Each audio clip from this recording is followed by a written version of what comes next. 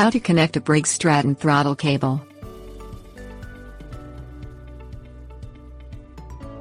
Briggs Stratton small engines are found in a host of small machines, from lawnmowers and rototillers to pressure washers and augers. And like all gasoline engines, the Briggs Stratton models need a throttle to control the amount of fuel entering the carburetor or injector. When a cable breaks or comes loose, it's a relatively minor task to connect a new one to the engine.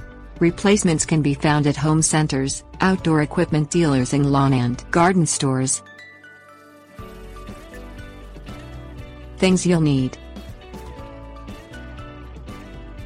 replacement cable, needle nose pliers.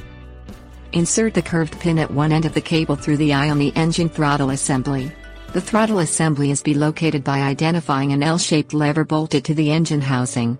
A spring is attached to one leg of the L, and the eye for the throttle cable is on the other leg.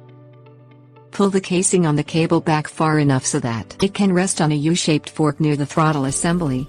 This fork transfers power through the cable and is usually 1 inch or less away from the throttle assembly. Set the cable into the fork and push the casing against it. Push the engine throttle lever to its lowest position. Insert the curved pin at the other end of the cable through the eye on the throttle lever so that the middle of the curve sits against the eye. Force the end of the cable casing over the U-shaped fork near the throttle lever with the needle nose pliers. Insert the pin set through the eye with about 1 inch of cable exposed until the casing starts on the other side of the fork.